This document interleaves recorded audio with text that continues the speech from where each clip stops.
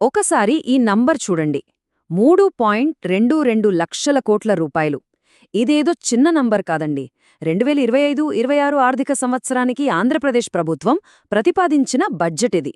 మరి ఇంత పెద్ద మొత్తం రాష్ట్ర భవిష్యత్తును ఎలా మార్చబోతోంది? సరే, ఈరోజు మనం ఆంధ్రప్రదేశ్ కొత్త బడ్జెట్ను లోతుగా చూద్దాం. చూడ్డానికి ఇది ఒక పెద్ద గ్యాంబల్లాగే ఉంది, ఒక పెద్ద పందెమన్నమాట. ఎందుకంటే ఒకవైపేమో భారీ సంక్షేమ పథకాలు, మరోవైపేమో మౌలిక సదుపాయాల కల్పనపై పెద్ద పెద్ద ఆశలు. మరి ఈ రెండింటినీ ప్రభుత్వం ఎలా బ్యాలెన్స్ చేయబోతోంది? అదే అసలు ప్రశ్న. అయితే ఈ బడ్జెట్ కేవలం అంకెల గారడీ కాదండి. దీని వెనుక ఒక పెద్ద విజన్ ఉంది. అదేంటంటే స్వర్ణాంధ్ర నిర్మాణం. అసలు ఈ కొత్త ప్రభుత్వం ఏం ఆలోచిస్తోంది? వాళ్ల విజన్ ఏంటి? ఫస్ట్ అది చూద్దాం. స్వయంగా ఆర్థిక మంత్రిగారే చెప్పినట్టు ఈ బడ్జెట్ అనేది కేవలం ఈ ఒక్క ఏడాదికి సంబంధించిన లెక్క కాదట. 2047 నాటికి రాష్ట్రాన్ని పూర్తిగా మార్చేయాలనే ఒక లాంగ్ టర్మ్ గోల్ ఇందులో కనిపిస్తోంది. నిజంగా ఇది చాలా పెద్ద ఆశయమే కదా. మరి ఈ స్వర్ణాంధ్ర అనే పెద్ద లక్ష్యాన్ని ఎలా రీచ్ అవ్వాలనుకుంటున్నారు? దానికోసం ప్రభుత్వం సూపర్ 6 అని పిలిచే 6 మెయిన్ సంక్షేమ పథకాలను అనౌన్స్ చేసింది. చెప్పాలంటే వాళ్ల ఎలక్షన్ మేనిఫెస్టోకి ఇవే గుండెకాయలాంటివి అన్నమాట. ఈ స్కీమ్స్ చూస్తుంటే మనకొక విషయం క్లియర్గా అర్థమవుతోంది. ప్రభుత్వం తన ఫోకస్ అంతా డైరెక్ట్ బెనిఫిట్ ట్రాన్స్ఫర్, అంటే నేరుగా డబ్బులు ప్రజల చేతికివ్వడం పైనే పెడుతోంది. స్టూడెంట్స్ దగ్గర్నుంచి రైతుల వరకు, మహిళల వరకు అందరికీ ఆర్థిక సహాయాన్ని డైరెక్ట్గా వాళ్ల అకౌంట్స్లో వేయడమే లక్ష్యంలా కనిపిస్తోంది. కానీ ఆగండి, కథ ఇక్కడ కేవలం ఈ సంక్షేమ పథకాలతో అయిపోలేదు. ఇన్ఫ్రాస్ట్రక్చర్ విషయంలో కూడా ఒక పెద్ద ప్లాన్ ఉంది. అదేంటంటే అమరావతి రాజధాని ప్రాజెక్టును మళ్లీ మొదలుపెట్టడం. అసలు ఈ అమరావతిని మళ్లీ మొదలుపెట్టడం ఎందుకంత ఇంపార్టెంట్ అంటే దాని వెనుక ఒక పెద్ద డ్రమాటిక్ హిస్టరీ ఉంది. చూడండి, 2014లో స్టార్ట్ అయ్యింది, 2019లో ఆగిపోయింది, మళ్లీ ఇప్పుడు 2024లో పట్టాలెక్కింది. సో ఈ జర్నీ అనేది కేవలం ఒక సిటీ కట్టడం కాదు, ఇదొక పొలిటికల్ అండ్ ఎమోషనల్ ఇష్యూ కూడా. సరే, ఇంత పెద్ద విజన్, ఇన్ని ప్రామిసెస్ బాగుంది. కానీ వీటన్నింటికీ డబ్బులెక్కడ్నించొస్తున్నాయి?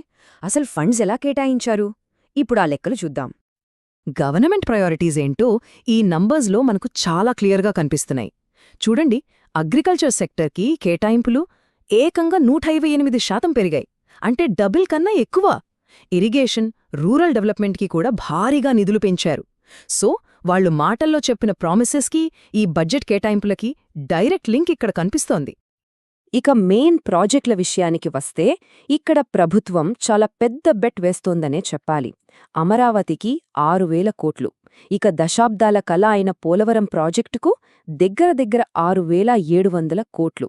ఈ 2 ప్రాజెక్ట్స్ సక్సెస్ అవ్వడం గవర్నమెంట్కి ఎంత ముఖ్యమో ఈ నంబర్స్ చూస్తేనే మనకు అర్థమవుతుంది. రైట్, ఇప్పుడు బడ్జెట్ బేసిక్స్లోకి వెళదాం.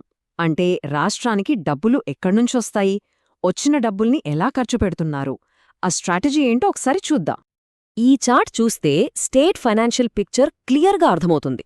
చూడండి, మొత్తం ఆదాయంలో ఆల్మోస్ట్ 60% స్టేట్కి సొంతంగా వచ్చే ట్యాక్స్, నాన్ ట్యాక్స్ నుంచే వస్తోంది. అంటే దీనర్థమేంటి? సెంట్రల్ గవర్నమెంట్ నుంచొచ్చే ఫండ్స్ కన్నా రాష్ట్రం తన కాళ్లమీద తనే ఎక్కువగా నిలబడాలి. ఇదొక రకంగా చూస్తే బలం, కానీ మరో రకంగా చాలా పెద్ద బాధ్యత కూడా. సాధారణంగా ప్రభుత్వ ఖర్చులో 2 రకాలుంటాయి.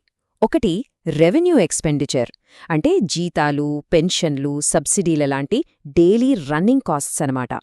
రెండోది క్యాపిటల్ ఎక్స్పెండిచర్, అంటే భవిష్యత్తు కోసం రోడ్లు, బిల్డింగ్సు, ప్రాజెక్టులు లాంటి ఆస్తులను క్రియేట్ చేయడం. ఈ రెండింటి మధ్య తేడా అర్థం చేసుకోవడం చాలా ఇంపార్టెంట్. ఇక్కడే అసలు ట్విస్ట్ ఉంది. రోజువారీ ఖర్చులైన రెవెన్యూ ఎక్స్పెండిచర్ 12% పెరిగితే ఫ్యూచర్ కోసం ఆస్తులు కట్టడానికి చేసే క్యాపిటల్ ఎక్స్పెండిచర్ ఏకంగా 69% పెరిగింది. వావ్! ఇది గవర్నమెంట్ స్ట్రాటజీలో ఒక భారీ షిఫ్ట్ అని చెప్పాలి. సో ఇక్కడ మనం గుర్తుపెట్టుకోవాల్సిన మెయిన్ పాయింట్ ఏంటంటే స్టేట్ గవర్నమెంట్ కేవలం డబ్బులు ఎక్కువ ఖర్చు చేయడమే కాదు, ఫ్యూచర్ కోసం ఫిజికల్ అసెట్స్, అంటే భౌతిక ఆస్తులను నిర్మించడంలో హెవీగా ఇన్వెస్ట్ చేస్తోంది. సరే, ఇప్పటిదాకా మనం ఆశయాలు, ప్లాన్స్ గురించి మాట్లాడుకున్నాం. అంతా బాగుంది. కానీ ఈ కథలో మరో యాంగిల్ కూడా ఉంది. అదే స్టేట్ ఫైనాన్షియల్ రియాలిటీ. అంటే రాష్ట్ర ఆర్థిక పరిస్థితి నిజంగా ఎలా ఉంది ఇప్పుడు దాని గురించి చూద్దాం. రీసెంట్గా నీతి ఆయోగ్ ఇచ్చిన రిపోర్ట్లోని ఈ ఒక్క మాట ఈ మొత్తం కథలో ఉన్న టెన్షన్ని మనకు పరిచయం చేస్తుంది. ఏంటంటే ఒకవైపేమో ఇంత గొప్ప ప్లాన్స్, మరోవైపేమో గణనీయమైన ఆర్థిక సవాళ్లు. చూసారా కాంట్రాస్ట్? అస్సలు ఈ ద్రవ్య లోటు అంటే ఫిస్కల్ డెఫిసిట్ అంటే ఏంటో సింపుల్గా చెప్తాను. ఇది మన ఇంట్లో బడ్జెట్ లాంటిది అనుకోండి. మన సంపాదన 100 రూపాయలు, కానీ ఖర్చు 110 రూపాయలు అయ్యిందనుకోండి. ఆ పైనున్న 10 రూపాయలే లోటు. దాన్ని మనం అప్పు చేసి కవర్ చేస్తాం కదా. గవర్నమెంట్కు కూడా సేమ్ టు సేమ్ ఇదే వర్తిస్తుంది.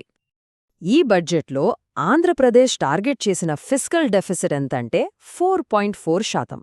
దేనిలో 4.4%? రాష్ట్ర జీఎస్డీపీలో అన్నమాట. సింపుల్గా చెప్పాలంటే రాష్ట్రం మొత్తం సంపాదనలో దగ్గర 4.5% లోటుంది. ఇది స్టేట్ ఫైనాన్షియల్ హెల్త్ని చెప్పే ఒక కీ ఇండికేటర్. నీతి ఆయోగ్ రిపోర్ట్ ప్రకారం స్టేట్ ఫేస్ చేస్తున్న కొన్ని మెయిన్ ఛాలెంజెస్ ఏంటంటే 1. అప్పుల భారం, 2. ఎక్కువ ఫిస్కల్ డెఫిసిట్, 3. గతంలో ఫ్యూచర్ కోసం చేసే క్యాపిటల్ ఎక్స్పెండిచర్ చాలా తక్కువగా ఉండటం. ఇప్పుడు ప్రభుత్వం ఈ మూడో ప్రాబ్లంని సాల్వ్ చేయడానికే క్యాపిటల్ స్పెండింగ్ని భారీగా పెంచుతున్నట్టు మనకు అర్థమవుతోంది. సరే, ఇక ఫైనల్గా వీటన్నిటినీ కలిపి చూద్దాం. ఈ పెద్ద పెద్ద ప్లాన్స్ని, వాటి వెనుక ఉన్న ఫైనాన్షియల్ రిస్క్స్ని బ్యాలెన్స్ చేసి ఒక కన్క్లూషన్కి వద్దాం. ఈ బడ్జెట్ స్టోరీలో అసలు కాన్ఫ్లిక్ట్ ఇక్కడే ఉంది. నాణేనికి 2 వైపులన్నట్టు. ఒకవైపు చూస్తే ఫ్యూచర్ గ్రోత్ కోసం క్యాపిటల్ స్పెండింగ్ని ఏకంగా 69% పెంచి వెల్ఫేర్, ఇన్ఫ్రాస్ట్రక్చర్ మీద ఫోకస్ చేయాలనే ఒక గొప్ప విజన్. కానీ మరోవైపు చూస్తే ఈ ఖర్చులన్నీ ఆల్రెడీ ఫైనాన్షియల్ ఛాలెంజెస్తో ఇబ్బంది పడుతున్న రాష్ట్రంలో జరుగుతున్నాయని కఠినమైన రియాలిటీ. సో చివరిగా ఒకే ఒక ప్రశ్న మిగులుతోంది. ఒక రాష్ట్రం ఇలా భారీగా ఖర్చు చేసి నిజంగా అభివృద్ధిని సాధించగలదా? లేక ఇది దాని భవిష్యత్తునే తాకట్టు పెట్టే ఒక పెద్ద గ్యాంబలా? దీనికి సమాధానం బహుశా కాలమే చెప్పాలి.